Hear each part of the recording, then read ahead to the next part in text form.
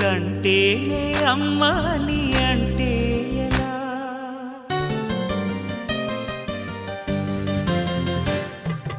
కంటేనే అమ్మని అంటే ఎలా?